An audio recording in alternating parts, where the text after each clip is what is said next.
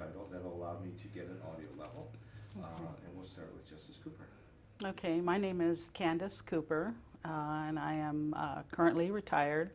I was the presiding justice of Division 8 of the California Court of Appeal, 2nd Appellate District. Justice Todd. And I am Catherine Doy Todd. I sit in the 2nd District in Division 2. Today, can I start with you? Give me just a second. Okay. Here. I just want to move my camera a little bit. I have a little blurb to start it off. Okay. What day it is and what we're doing. All right, and we are ready to go. Today is June 23rd, 2009, and this is an interview of Justice Candace Cooper, recently retired from the Court of Appeal. This is part of the Appellate Court Legacy Project, creating an oral history of the court.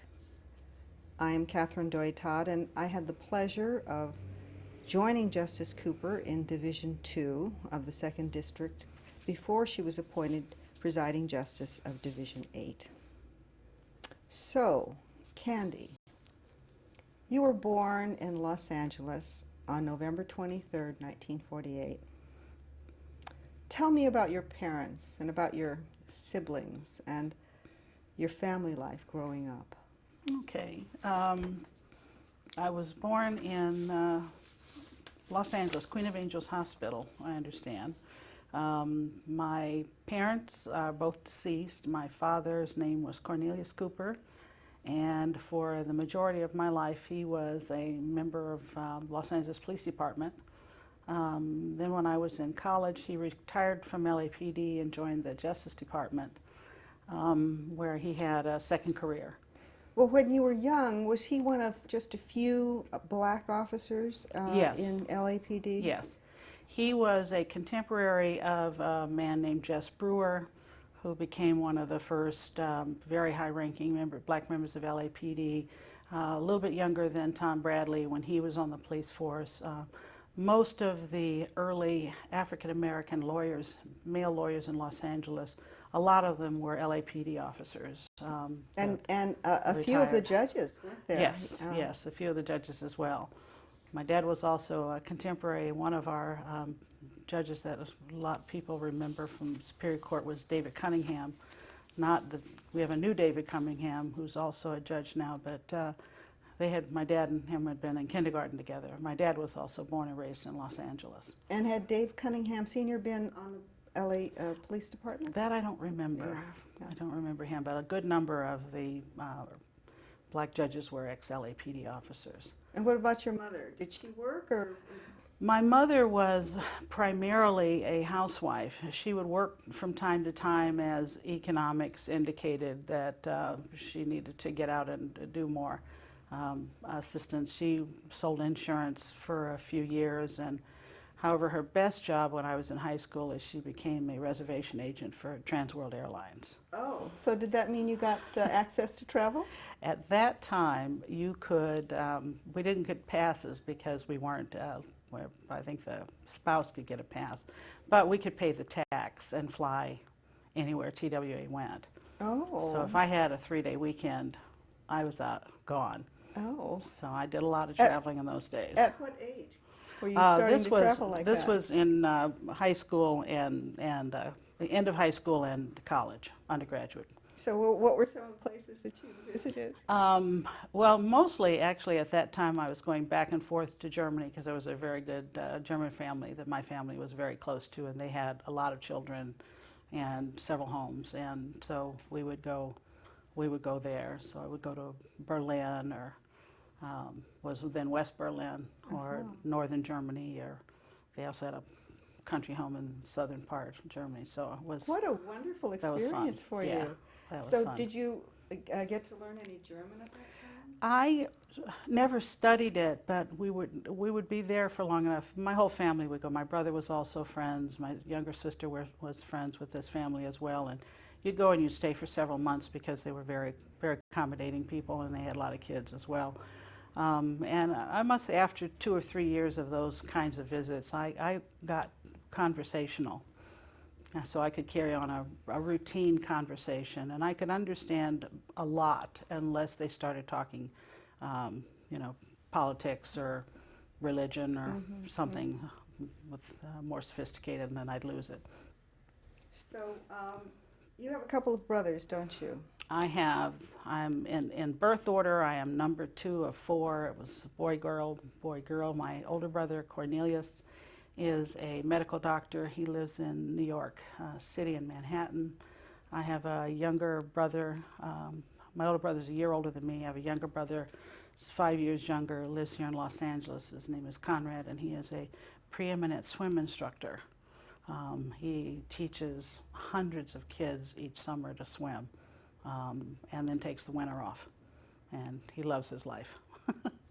And you have a As you might sister as imagine. well. And the youngest sibling is my sister Crystal, who's 8 years younger than me, and she lives in LA and is raising with her partner 2 beautiful adopted children.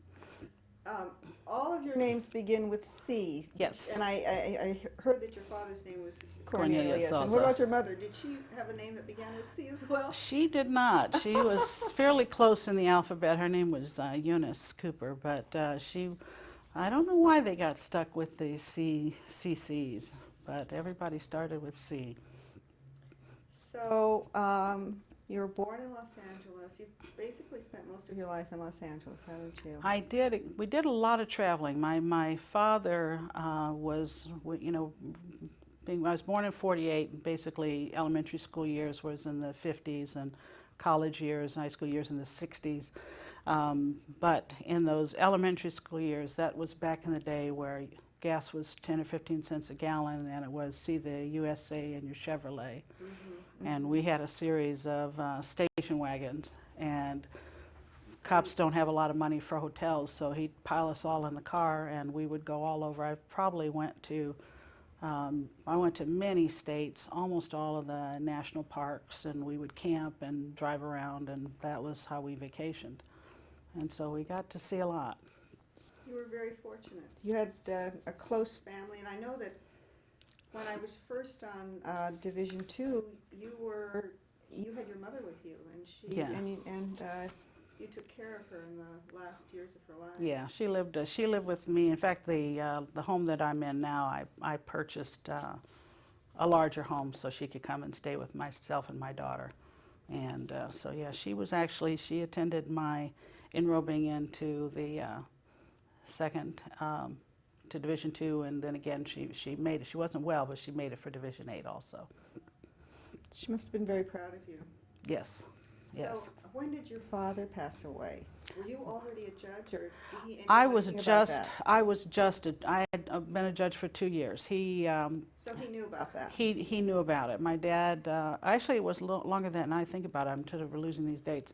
My dad passed away in 1985 at the age of 62, which was way too young. Yeah, way too young. Yeah, way too young. But I was appointed to the Muni Court in 1980, so he did get to know, one, I had become a lawyer, and also that I had become a judge. Oh, that's wonderful. So yeah, He must have been very proud of you. He was. And your mother as well. Yes. But your yeah. whole family sounds so accomplished. Well, we are that generation that basically jumped into, an educated generation. My father's family was interesting because the generation before his, there were some college-educated people in that generation. His father was an AME minister and came to California around the turn of the century to open a church, and actually pastored a church in Pasadena, that historically well-known church out there. And then was transferred to San Francisco and passed away when my father, who was the youngest of 4, was only 2. I see. And So then where did your father grow up? he grew up, they came back to Los Angeles, and he grew up in Los Angeles. Went to Jefferson High School here in LA. And, but as a result of losing his father when he was only 2 years old, and his mother being in California, this was then back in the early 20s, had no support and no relatives on the West Coast. So he then had a much tougher upbringing. From a very young age. And so my dad and his siblings, he was one of 4 there were no college graduates in that Generation. generation. And they lost track of his father's family and his mother's family pretty much as well, because communication travel back in the 20s and 30s isn't what it was these days. So, It's interesting how much of an impact economics had on their life and their whole life. yeah. I think it's really a testament to education, and you can do a great deal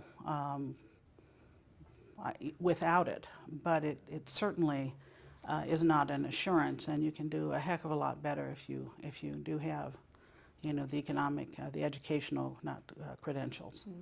Because my dad ultimately did pretty well. He went as far as he could in the Los Angeles Police Department, but he retired from LAPD. I'd say it must have been around 67 or 68, because he had risen basically as far as you could go as an African American officer in the LAPD at that time. It was very difficult to get above sergeant, and he had made that level, but you would only be assigned to predominantly African American areas, and there were a lot of restrictions. So he left LAPD and went with the Justice Department in a program called Law Enforcement Assistance Administration, that at that time was giving out block grants, federal money, to local and state law enforcement agencies and other educational institutions, and in fact partially funded one of the first California judicial colleges. Oh my goodness. It was funded through It's in a part. small world, It's a isn't very it? small world, yeah. So, But I was very proud of him, I have to add this, because he ultimately rose to, I think it was GS 18 or whatever, the top level in the government below where you have to have a confirmation hearing. fantastic. And Oh my it's goodness. just an example of being given an opportunity, and went through several different administrations. So he must have been a very intelligent man. He was a very smart guy. He was a very smart guy, very thoughtful, very kind man. So where'd you go to junior high school? I grew up in the Crenshaw So did you neighborhood. go to Audubon Junior High School? I went to Audubon Junior High School, and then Dorsey High School, and then skipped down the road to USC. I remember that you told me once, a long time ago, that your high school counselor had not really prepared you for college. I was just astonished to hear Yeah. that. But tell me again about that. Well, those were sort of interesting days. I graduated from high school in '66, so that would have been junior high school in '63, and we moved into the Crenshaw neighborhood in 1959. When we moved in the Crenshaw area, the Crenshaw neighborhood was predominantly Caucasian, and they had a large pocket of Japanese American. That's and where they, I was also. Yeah, I mean, we on went Crenshaw by the Holiday Bowl. Yes. And so I grew up in that neighborhood, but I saw and personally witnessed, some real negative things. The whole neighborhood was subject to, a lot of, they called blockbusting at that time. And the Dorsey, well, I'll put it this way, just to show you in the length of time, in about a 7-year time span, my brother and sister, my two brothers and I were all in elementary school at the same time. My brother was 6th grade, I was 5th grade, my baby brother was in kindergarten. And we started a school called 54th Street School, which had probably about 500 or 600 kids in the student body there. When we arrived, there were 2 other black kids at the school, and then my 3 siblings, and the rest of the school was predominantly white. Dorsey High School, which is, this is all in the same neighborhood. Dorsey High School, which I graduated from, so this is like 66, so from 59 to 66. Dorsey High School had 3,600 students there. My graduating class of 750 had 125 white kids, and it was the last class out of Dorsey with any significant number of whites. they had bailed out of the whole Crenshaw neighborhood. I remember that Audubon Junior High School was basically white when I went. Yes. Yeah. And it was the same when I was there. The real change occurred at, I would say, between like 62 and 66. The whole neighborhood flipped. The school flipped. They had an 85% turnover in faculty at Dorsey High School because the faculty also left. And that ties back to your comment about the college counseling. I was student body president in my senior semester. I'd been student body president the fall semester as class president. I was, most likely to succeed in my graduating class, all that sort of type A achiever stuff. And I was rejected for UCLA, and I had good grades. I was in the Phoebean Society and so forth because I had not filled all of my college requirements. And the reason I didn't fill my college requirements is because my college counselor gave me poor advice on certain activities that she said would qualify me for, they would give me credit. Specifically, because I was student body president, so student government was actually during a class period every day. And she told me that student government would qualify for one of my government requirements for entering the UC system, and it didn't. And so my application got turned down, and the only two schools... So it wasn't really, it sounds like it was more something that she didn't understand technically, not necessarily because you were black or anything like that. It was it seems to me beyond comprehension that the student body president at a school is going to be given bad advice. There were a lot of, white kids in that class and government as well.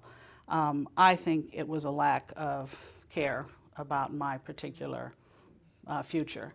And I didn't have neither one of my parents had gone to college. They didn't have the skill to really understand what the entrance requirements were. And that's a pretty basic question. The other thing is I don't know of any one of my peers that were also active in student government that had the same problem. So was that your first choice then to go to UCLA? It would have been my first choice financially. Yes. And so I wound up going to USC, which is the only other California school. I wanted to go to a four-year university. I could have gone to a state college or city college, but I was not going to do that. So I basically went to SC undergrad with no financial aid because I was a good student, but not perfect. And that must have been tough for your family. It was tough. So did you work during high school or college? I had always worked. I had what kind of jobs did you have? YMCA, young men, YMCA camp counselor. And they had summer camps every summer, and they'd have camps during the spring break, and I was active in the Y, and so I became a Y counselor. And then I had, was the one fortunate scholarship that I did get, the Southern California Gas Company, which they still have a program, the Metropolitan District, it's now Semper Energy, I think, although this is not a promo, had a program where they were giving scholarships to what they call inner city kids. And their scholarships consisted of a small cash stipend, but you would get a summer job all through college. So you benefited from that. So I benefited from that. So I knew I had a summer job every summer. So what did you study undergraduate? I studied for the first couple years pre-med, and so I took the general ed classes. And your brother had already done this? I mean, it's your older brother who's a doctor now? My older brother's a doctor now. My older brother was at West Point at the time. Oh. And so they're... What did I say about such an accomplished family? My goodness. They get an engineering degree, I think is the basic degree you wind up with there. So he was at West Point a year ahead of me. His is another story how he wound up a doctor, but I had. Did you know doctors? Is that why you wanted to be a doctor? No, I honest to God, if I had to do this all over again, I would still be a doctor, even though the judicial. Even though it was so tough. No, just because I think I would have truly loved the work. The judicial career has been wonderful, and I think probably in terms of suitability, it's probably the next best thing I could have done. And What do you think would but- have been so satisfying about being in medicine? More hands-on service to people, assisting people that have, you know, whatever illnesses or things, if you can, you know, treat them. I just think that would have been a great thing to do. Plus, from a little kid, that's what I wanted to do. Oh my goodness. You know, so you never can get that out. But I was. Well, it's never too late, you know, Candy. It's too late for no. You know why it's too late? The same reason it was too late in high school and college. I am terrible in math. Terrible in math.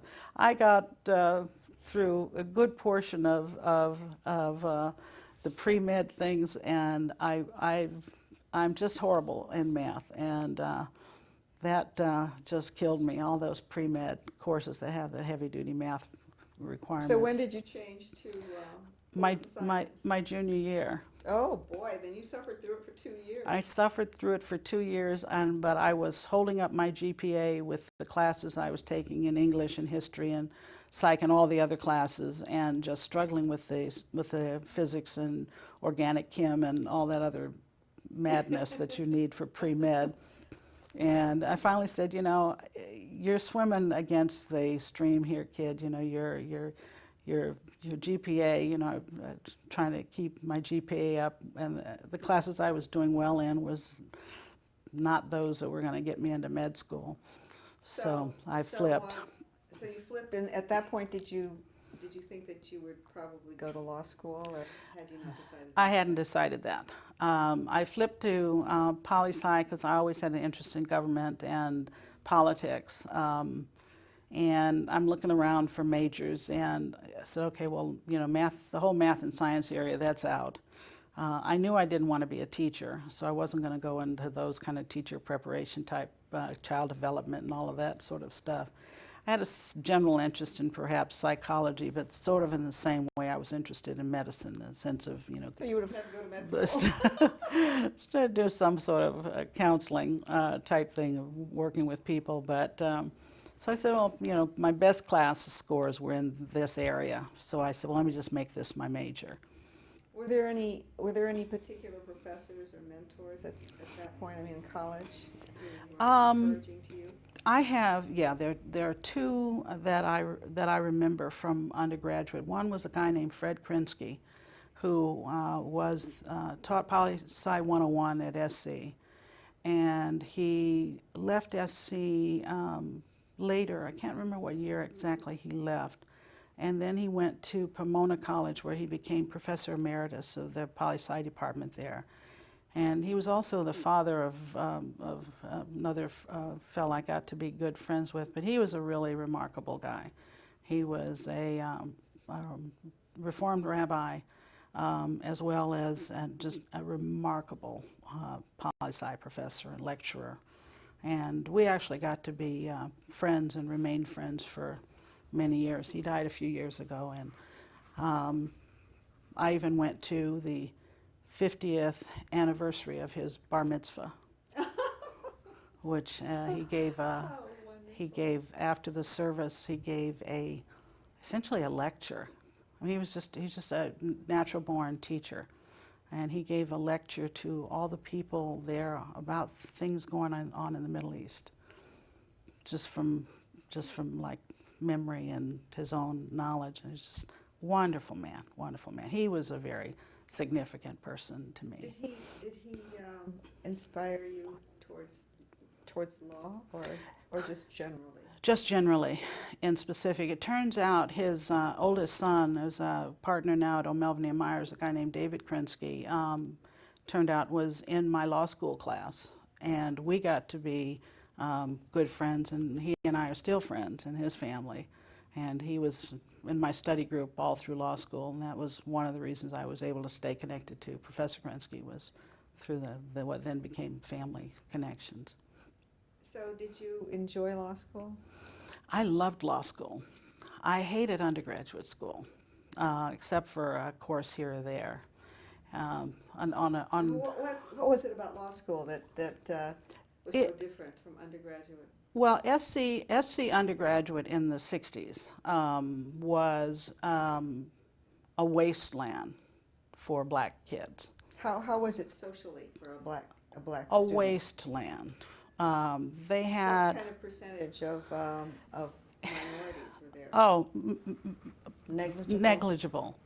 If I remember correctly, at one point, I think we sort of did a head count, and there was something like 125 African American undergraduates at SC during my early years, and a fair number of those were on the football team.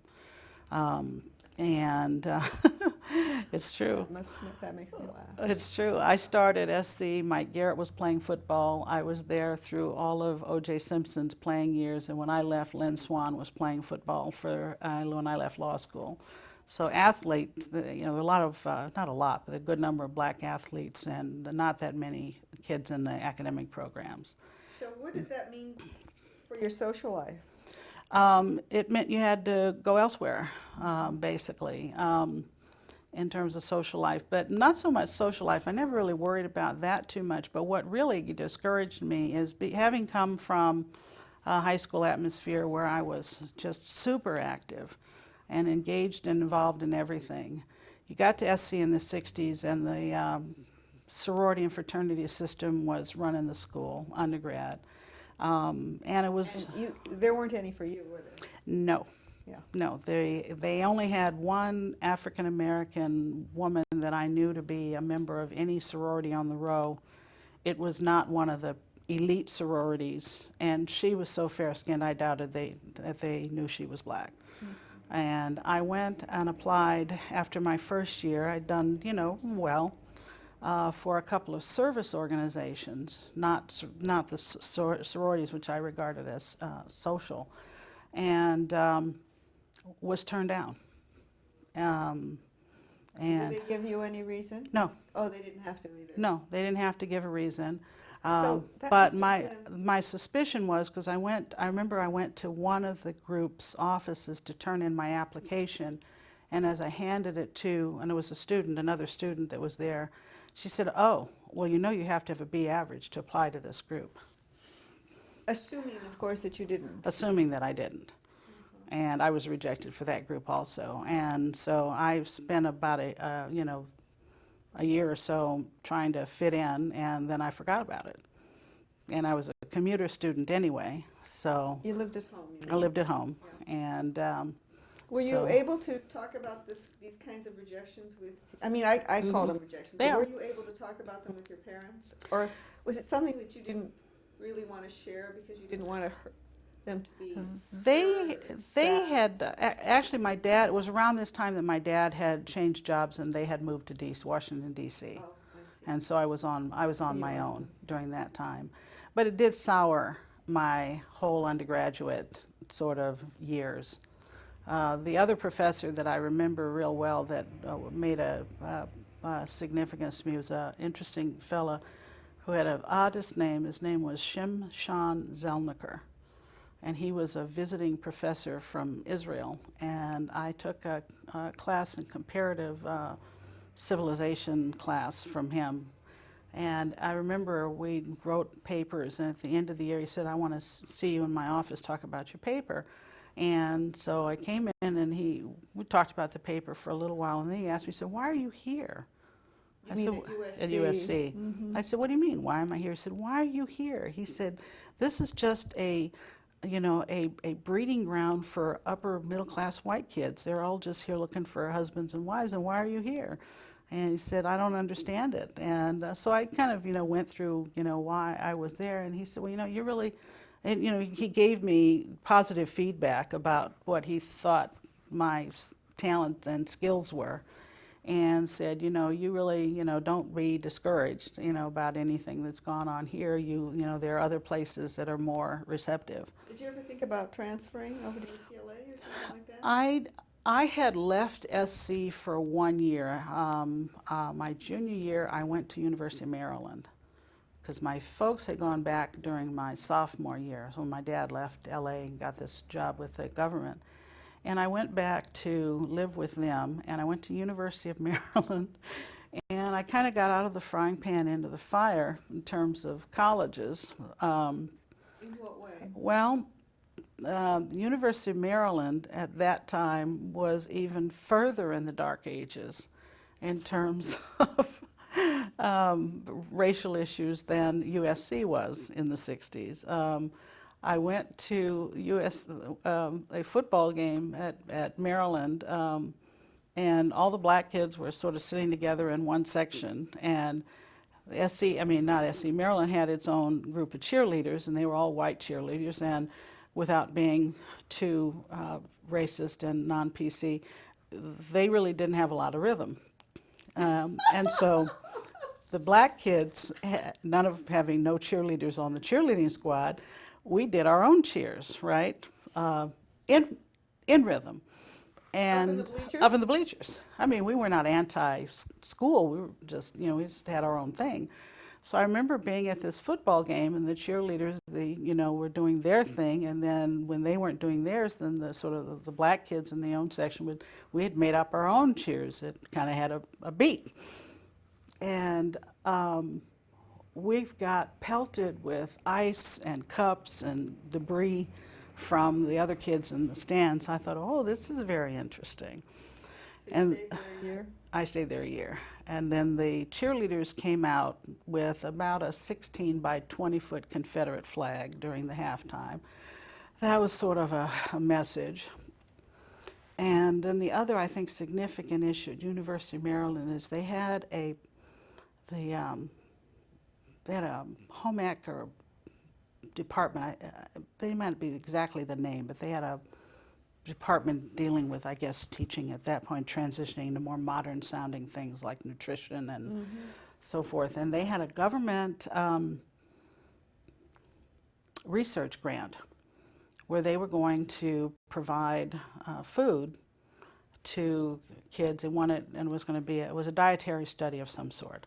And I know it was federally funded because that was part of the issues. Anyway,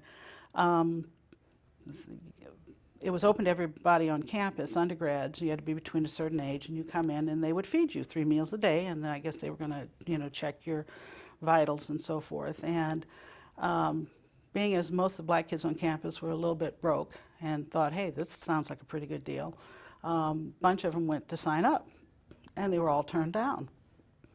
Every last one, except, again, one very light-skinned girl that lived in the dormitory. And everybody put their heads together and said, what in the world is happening? Everybody got turned down. So we had a picket at the home ec building.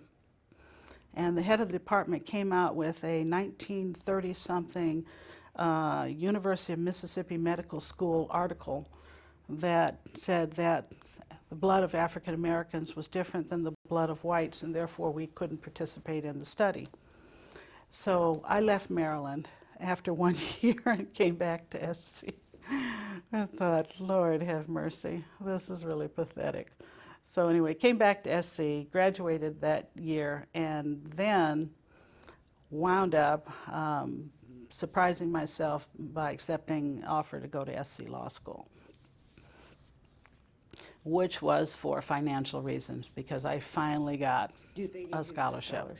So They that's gave me great. a wonderful scholarship that for the full time I was there that made the difference because I had partial scholarship offers from some other law schools, but SC I had a full scholarship, and so I thought I'd suck it up and stay. And you did so well at law school. I you did. were on the law review. Yeah, I did very well at law school. And Law you- school and was as you totally said, different. You loved it. I loved law school for a variety of reasons. One is, for the most part, the attitude in the law school was totally different than the undergraduate school. They had a commitment to diversity. They really didn't care much about your background. It was pretty much a meritocracy in terms of, class participation, grading, and everything else. I also was excited by the content of the subject matter, and for the first time in college, really studied and liked what I was doing, and as a result, did well and met other terrific people, that became, lifelong friends. And so that was, as negative as the undergraduate experience was, the law school experience was good all around. So what was the minority population at that point in the law school at Um, USC? the entering class was a little over 100, and I think there were 7 blacks in my, no, 6. 6 blacks in my entering class. And SE actually has, because it's a private institution and not subject to the Prop 209 things, has been able to maintain its minority student representation, and I think now is probably one of the most diverse law schools in the country. They have minority enrollment has stayed around 30% every I year. read some remarks that you had made. I think it was in a law review in tribute to Scott Bice? Bice Mhm. when he was retiring, and you were commending him and his work to, Yeah. to create a diverse student body. Well, SC has had a real, during a number of years, had a very stable dean situations. The dean when I started law school was Dorothy Nelson, who's on the Ninth Circuit, and she was a very, very wonderful person, very kind woman, and she left as dean. I don't know if it was my second or third year in law school, I forget now. And Scott Bice, who was then a very young professor, became the dean, and he was then dean for the next 19 years. And I've stayed active with the law school there, been on the board of counselors, was chair of the board of counselors at one time, and stayed very active with the law school. So what was the first year of law school like for you? Was it immediately exciting? Yes. Yeah. Was immediately exciting. It was, I like verbal type exchanges, and the kids are clever and funny, and the professors are, some are clever and funny and some are not, but the ones that aren't entertaining or challenging. And so even if the class was somewhat hideous, you had your friends to laugh about it. And we have, I think probably everybody who's gone to law school has funny stories about law school, and that was sort of the paper chase style of teaching at the time. And there were teachers that were better at it than others, but when you make friends, that you sort of can survive anything. So would you consider that a really wonderful 3 years of your life, the Yeah. law school Yeah. experience? Yeah, Then- very much so. Immediately after that, you get hired by one of the most prestigious law firms in Los Angeles, and I mean, just looking back, I know that was a time when there were very few minorities, and particularly minority women being hired by those law firms. Yeah. So where'd you go, and how'd that come about? I went to law firm Gibson, Dunn and Crutcher. I had summer clerk the second summer for O'Melveny and Myers, and I had an offer to go there, and then interviewed in the fall with a variety of firms, and interviewed at Gibson Dunn, and had an offer to go there, and accepted Gibson Dunn. I think sort of grass is greener kind of thing. I kind of had an idea what O'Melveny was like because I had clerked there during the summer, and the Gibson Dunn people sort of rang the right bells, and I accepted their offer and went there. And looking back on it, I don't think it really would have mattered. I just don't think being a lawyer really suited my nature. And being a lawyer in a highly competitive, the sort of Wall Street kind of environment added to that. What was it about being a lawyer that you think didn't suit your... I am by nature not an advocate. I'll put it in the negative. Lawyers really need to have a bit more aggression, I think is probably the right word, than I have, and desire to win. And my desire to win is very much related to the merits of the issue. And I have a real hard time fighting for something I don't believe in. And you know, you get into that corporate environment, and I sort of understand doing the best for your client, but it's hard. You need to put heart and soul into it to make it a success at those kinds of places. And So were you surprised at your at your feelings about all this at that time, or did you No. kind of suspect that this?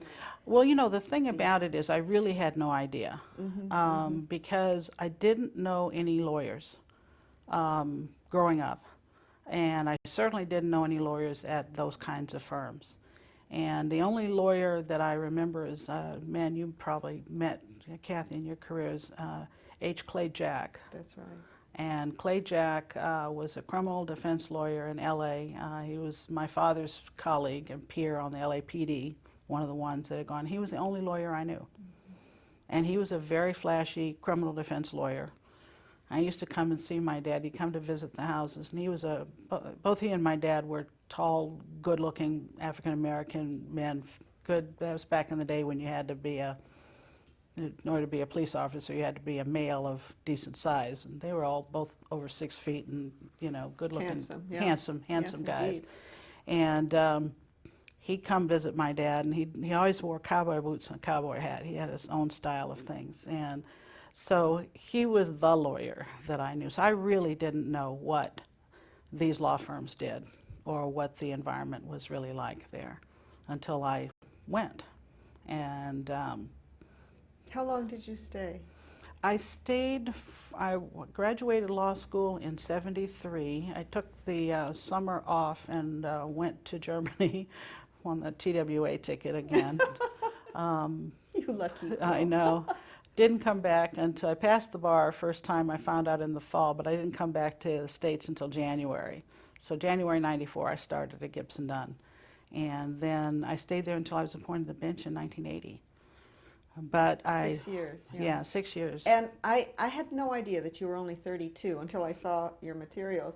That you were only 32 when you were first appointed. 31. 31. Yeah, I hadn't turned 32 yet. Oh my It goodness. was the year I turned 32 that year, but later. Oh, I see.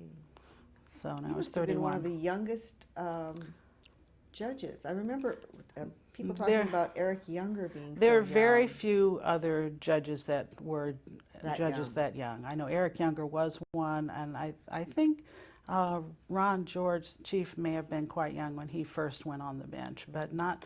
It was hard to get on. That meant going straight, you know. That meant going immediately. You had to have 5 years. You had to at have that 5 time years, and to so go I into had. the municipal court. Yeah. So that meant you went on the bench very quickly after. I think I'd been a lawyer a little over 6 years when I went on the How bench. did you apply? And I mean, what encouraged you to Oh, apply for the bench? that is actually an interesting story. That's going to bring two names in that everybody is going to be familiar with. Once I got out of law school and became a lawyer, I instantly went back to my activity level of being a joiner of things and became a bar junkie. And became a member of California Women Lawyers of Los Angeles, Black Women Lawyers, all the bar groups that I could belong to. And for Women Lawyers of Los Angeles, I chaired the committee that did judicial evaluations for folks that were interested in order to get WLA's endorsement.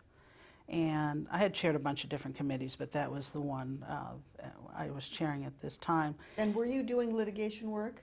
No. No. Okay. For 2 of the 6 years that, or about 24 months, maybe a little more, the time I was at Gibson Dunn, I actually lived in New York and Minnesota working on a single antitrust case. So I was gone for a little over 2 years out of that 6, which was another different experience. But that was my jaunt in litigation. But I was the most, or junior lawyer out of about 12. So we would get to go to court occasionally and watch the senior lead litigator argue, but other than that, no, I had no litigation. The rest of the time I was in the corporate department at Gibson Dunn. Anyway, where was I now? So you chaired a committee evaluating I chaired a judges committee for evaluating lawyers. judges, and at that time, this is now late 70s, and at that time Jerry Brown was governor and had started appointing more women to the bench. And so I was interviewing a lot of women and some men that wanted to get that endorsement. And I was interviewing also women that wanted to be elevated from muni to superior. And whether these were DAs or PDs or wanted to become judges or women that wanted to be elevated, the judges loved their work. And the women that were litigators that wanted to become judges were all just, I want to do this. This is what I want to do. And I believed them. You know, I thought, this really sounds great. And, you know, and I was reading their, you know, their PDQs and interviewed a lot of different people. And I thought, this really sounds, so I got intrigued by the idea. I had not filed anything myself. I was, you know, still struggling over at GD&C, trying to fit in and make that work. And I went to lunch, and I remember who was there. It was Veronica Macbeth, who retired from LA Superior Court, a woman named Catherine Vaughn, her name was Tooks at the time, who was a local lawyer, Kathy Tooks, and we were all in BWL. And we had lunch with Vano Spencer. BWL being Black Women Lawyers. Black Women Lawyers. And we had lunch with Vano Spencer and Joan Dempsey Klein. And they said to the three of us, they said, we know that Jerry Brown is interested in appointing more women to the bench and more minorities to the bench. And were they still on the municipal court at that time? This would have been in 79. And I don't recall. I know Vano went on, I think they may. Seems to me when Vano Spencer was involved in starting the National Association of Women Judges, she was still on the municipal court. Well, I know somewhere right around that time she was elevated, because I remember going to a large party for her, and it was all around the same time. Whatever position they were in, they were the acknowledged leaders of the women lawyers in the state at that time. And I think all these things were going on around the same time. And so the pitch was, because I was the president-elect, or Vicki was the outgoing president, anyway, we're all active with BWL, is we want you guys to help us recruit some women to apply to the bench. And they said, oh, by the way, are any of you interested? And Catherine said no, and Vicki said no, and I said, yes, I am. And so I applied, and they were both very supportive with that application, and actually from then on, because they're just are very supportive of women that apply. How long was the process before you got the telephone call? It took a while. It took a while. It was, you know, it didn't zoom through, but I'm pretty sure it was 6 months to a year from that date that I was actually appointed to the bench. I think my first appointment was April of 1980. And who was the appointment secretary? Was it Tony Klein at that time? Yes, when I was finally appointed, it was Tony Klein. I think it was someone else when I first started, I think, but it was Tony Klein, yeah. So what was your first assignment on the court? Traffic court. And I was really quite happy with that, because I had not, having not been a litigator, I hadn't gone to court. The only time I had gone to court prior to my first day on the bench to litigate something, I had gone to court with a cousin, a younger cousin of mine, who wanted a divorce. And I went down with her to help her get an uncontested divorce. And I researched this thing. I had about an 8-page script which started with how long have you lived in the county, after the name and everything. I was going to establish, jurisdiction in the county. They had lived in the county. I asked about 2 or 3 questions, and I don't remember the name of the judge Who stopped you? who stopped me and asked the 3 questions that he needed to know, and it was over. And I had gotten all dressed up. I had gotten a suit. I was so nervous. My knees were shaking. And I sat for a little while and listened to a couple of other divorces, and there really was, it was the difference between somebody going in on a criminal case and not waiving arraignment, on a 25-count indictment. I was about that inept. So that was my one litigation experience. So I didn't know what I was doing. How long were you? That's a great place to start. I started there. It's a perfect place to start. How long were you in the traffic courts building? I wound up being there for a couple of years because they made me supervisor, which is their way of sneaking people into keeping lousy assignments. But I really didn't mind it because I also then started doing court administration stuff, which I wound up liking all the way through my career. And I was not able, it's sort of like the doctor's thing, do no harm. I wasn't able to do much harm to anyone down in traffic court. There was a great place to learn. And learn, learn I did. The cases, if they do go to trial, they're all so similar factually. Everybody had 2 drinks, and then they failed their FSTs. That's field sobriety tests for the non-initiated. But so you really couldn't do anything. You really were involved in court administration. I mean, after you went on the Superior Court, you were the supervising judge at Santa Monica, which is a significant assignment. Yeah. A plum assignment, really. That to was be in great. Santa Monica. Yeah, I wound up, while on Muni Court, I was in the 2 primary assignments. I was in traffic court, and then after 2 years, I came to CCB, which is where I stayed, Criminal Courts Building, and I wound up doing, actually sort of getting into court administration then. I was supervisor of criminal there on the Muni Court, and my own personal assignment was doing long cause preliminary hearings, which was a great assignment. And so I did those. Those were fun. How long were you on the municipal court? From 80 to 88, so like 8 years. And then when you went to Superior Court, what did you stay in criminal? I stayed in criminal initially, and then I wound up bouncing around. I was appointed in 88, and in 1990, I got pregnant and had my wonderful daughter, Erin, and she was born in November of 1990. And I took off on maternity leave, and when I came back from maternity leave, I worked Inglewood Juvenile for a few months. And then I got a call from the presiding judge who said, we're not going to put any of our good judges in juvenile anymore, so we're going to transfer you. You can go to either Compton or Torrance. And so I said, well, let me get a map and find out where the heck Torrance is, because I didn't know. And I knew where Compton was, but Torrance was closer to home. So I went to Torrance, and I stayed there for probably about 4 or 5 years, and then transferred down to Santa Monica. And that was where I stayed until I was elevated. Well, you received acclamation from just about every bar association and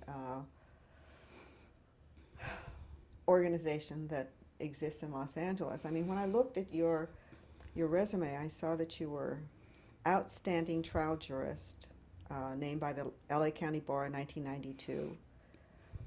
In 1990, you had been the County Bar's Criminal Court Superior Court Judge of the Year. You were Judge of the Year from the Langston Bar Association.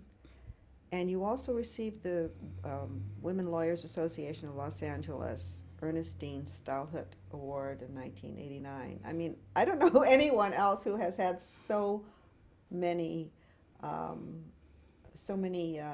awards recognizing their work as a trial judge. And I also looked at some of the comments that lawyers had made about you, and read that you are considered one of the most astute, you were considered one of the most astute and wisest judges sitting on the bench. You were called brilliant, that you, commented that you understood complex cases, that you were super bright, you were even-handed, you were a role model for other judges. You were approachable, you were hardworking. So how did you approach your role as a jurist? I think I had three things that I always kept in mind. And the first one, which I think all the way through, including my appellate work, is more than anything, I wanted to get it right in that case. It wasn't enough for people to feel like they had been treated fairly. To me, I really wanted I wanted the right result to happen, no matter what. And so that was always very, very, very important. So I would work for that. That meant you had to stay on top of things in terms of working to not only have people think that they're being treated fairly, but that you're going to get a fair result. That I think played a lot into my success. The other is I just respect people, and so I think one reason that I got a lot of accolades for judicial temperament and behavior is, to me, everyone that comes into my court has the same status. And that, in terms of the respect that they're warranted out of the box. So if it's a pro per, a homeless person, a police officer, a very prominent lawyer, I mean, the homeless guy is going to get respect from me just like the prominent lawyer. And then I'm going to try to get the right result for everybody. And so I think people appreciate that. I don't know that they do or don't get that elsewhere. I know other judges, have good temperaments too. But I will say this: that mine's not studied. It's not an affect. I truly feel that. And I would even, you get into a situation where, assuming the lawyer, the litigant, or whoever it is rational, which is not always the case. But if they are, even if things start off badly, you can talk to them and get it to turn around. Well, that seems to be the feeling of people who argued cases in Division 8 as well. Mm-hmm. People were looking forward to seeing how this brand new division in Los Angeles was going to develop. And I read comments that they were so pleased at how user-friendly and accommodating and willing to listen that panel was. We had a great time. Division 8 was absolutely wonderful. Now, I enjoyed my time with you, Catherine, in Division 2. We had a good time. Well, I enjoyed my time with you. That was also wonderful. And Division 8, when we put together, and was Paul Boland and Larry Rubin and myself for the first couple of years, and then Maddie Flyer joined us later. I think the thing about Division 8 is we all had we're very different personalities, but in this respect, I think we're all quite similar, which is, the willingness to give people their due and their due time in court and listen. And we were all rookies, so it was all new and exciting, and, there's an enthusiasm that comes from being new that we all had. I think that kind of was probably reflected in So what we did. there was a lot of disappointment when you decided to retire, Candy. I heard it from so many people. I'm going to ask you to pause for just a moment while I change tape. We've been talking about the way that you approached being a judge and the respect that litigants and lawyers have for you and how they've shown it by giving you so many awards. Your colleagues and peers also have this kind of respect for you. I mean, the fact that you were elected president of the California Judges Association back in 1988, that was, from what I know now, that was when you first went on to the Superior Court.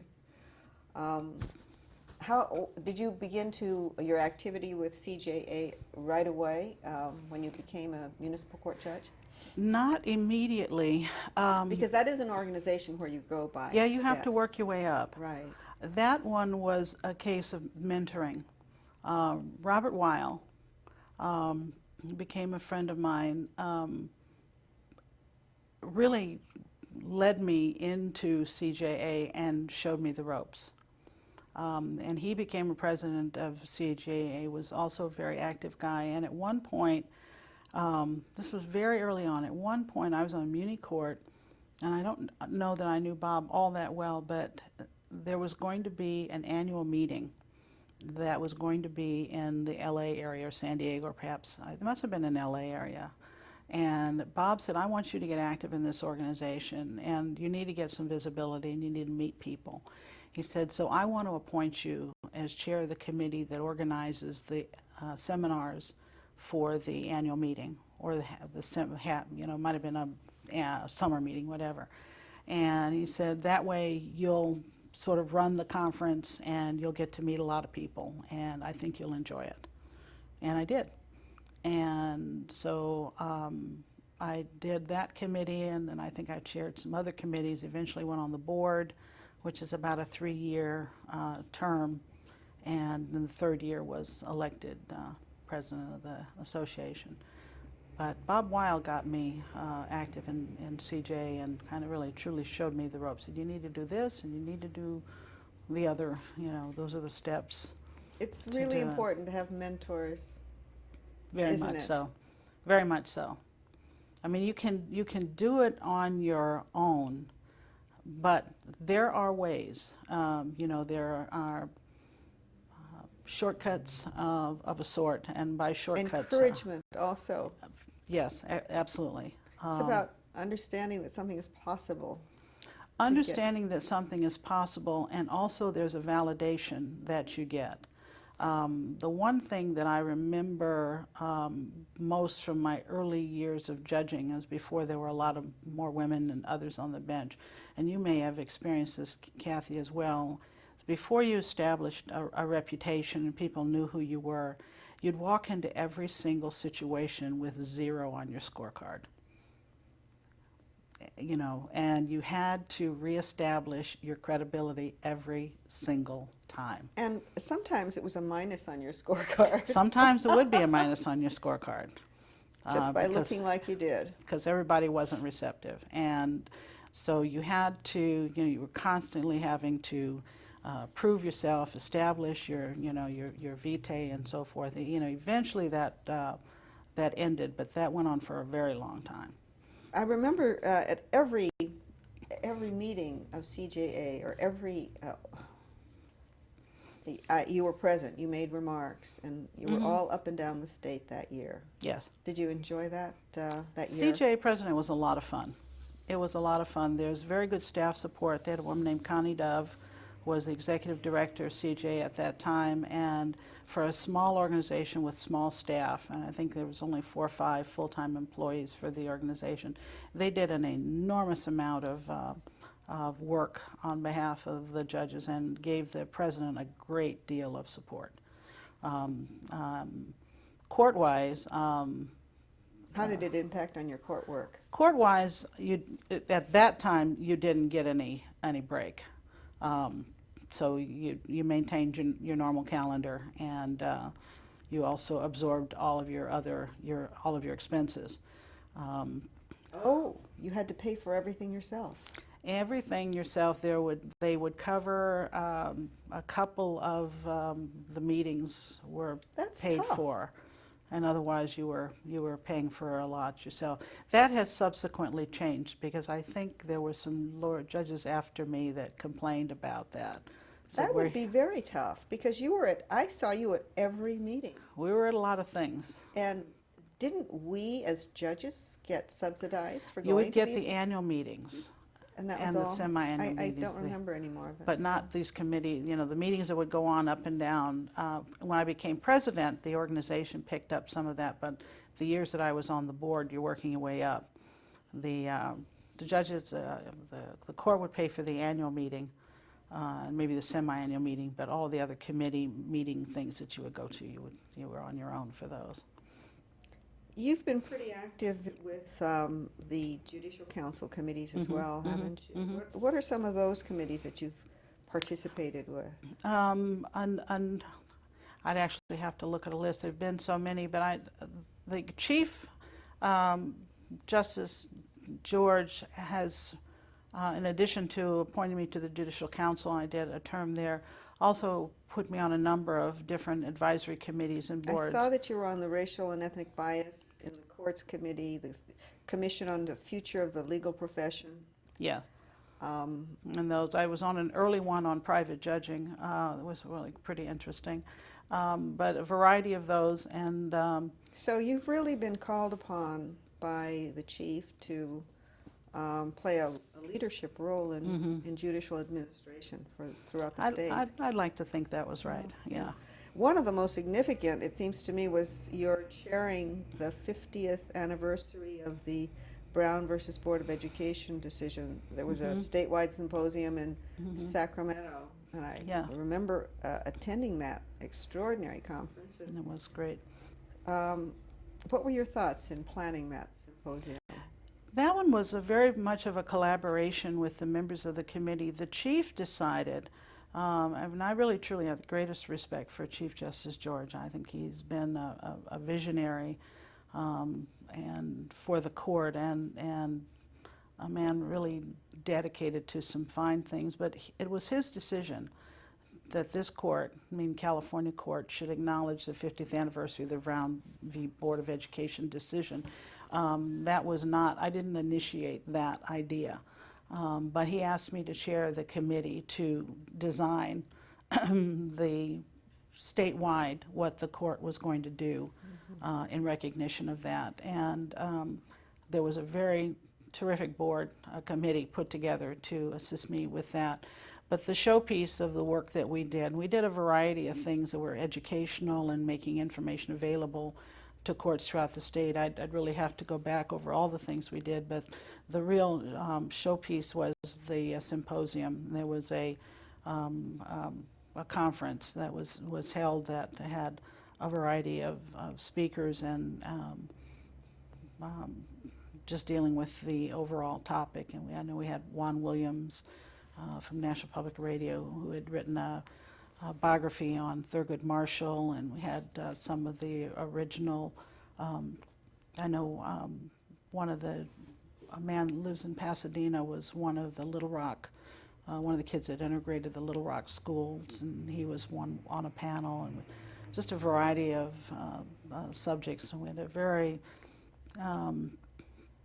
very interesting symposium. You know, Candy, I couldn't help but think about how your life was reflected in this period of time, because you were born just a few years before that decision was made. Yes. Things have changed so dramatically over these last 50 years, and you know, your accomplishments, the way that the position that you've been able to achieve, sort of all reflects this kind of change and historical change that's gone on in the United States. So I found that just to be remarkable that you I mirrored worked that on era pretty well. You really did. Yeah, I mirrored that era pretty well. And yeah, because things have changed dramatically since I was a child. It's not like this was something my parents told me about.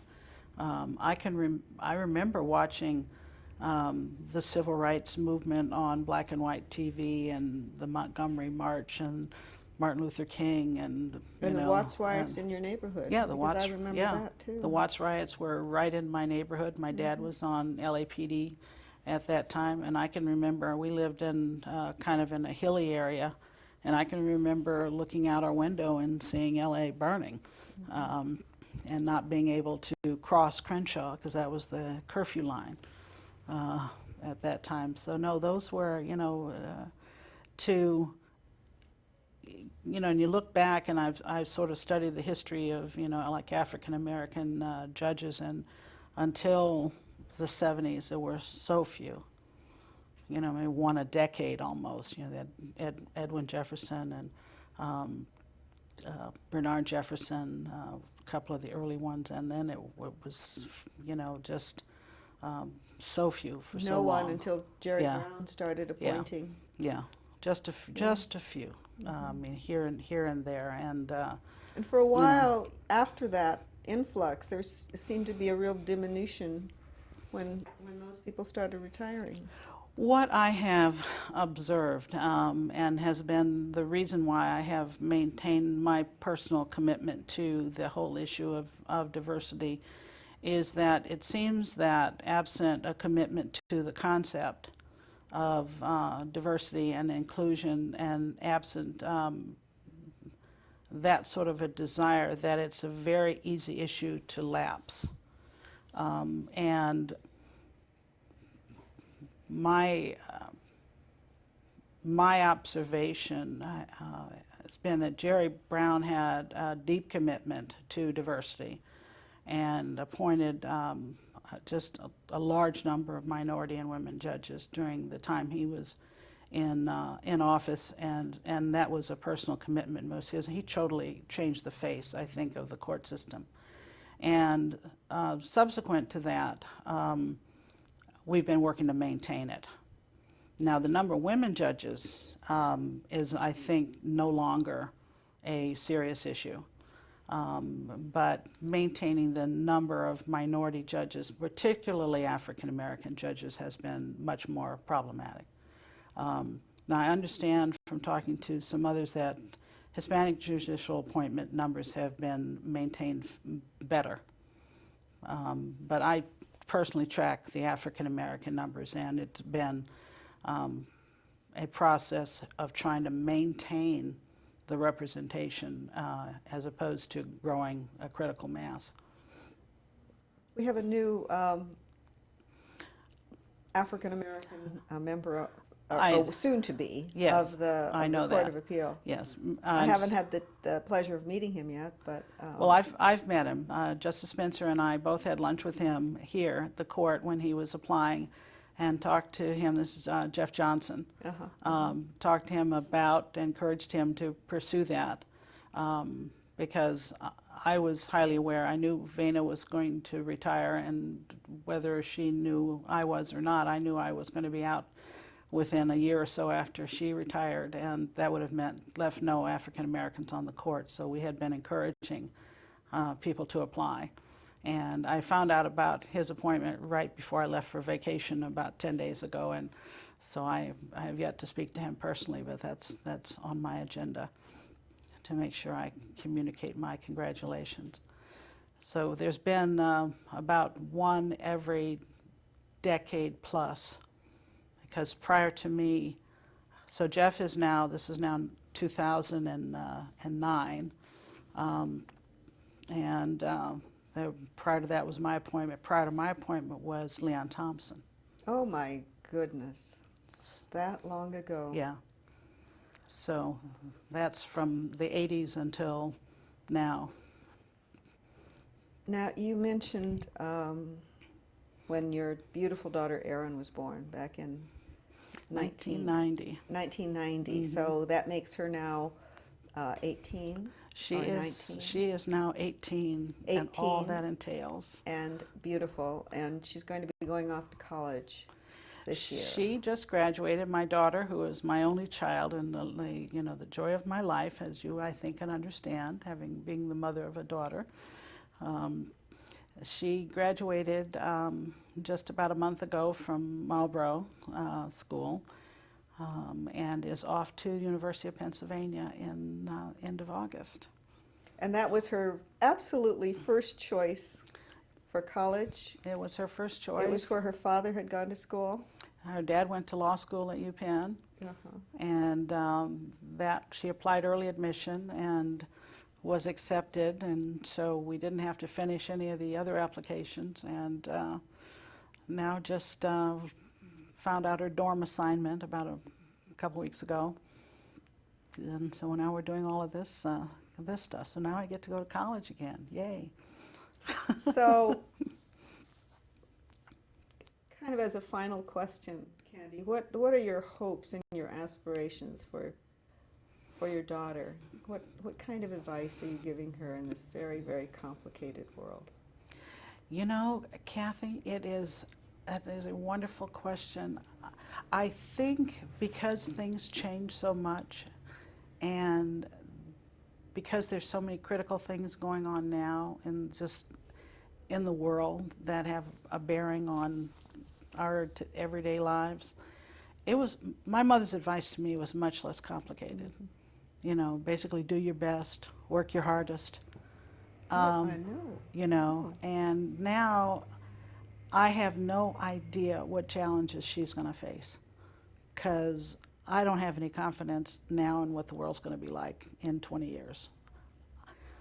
Hopefully I'll still be here to help give her some advice, but that's a stretch. But I know you've you done know. everything to prepare her for this. I mean, I she's do, gone but- to the best school. But, you know, all I can do is give her values, Mm-hmm.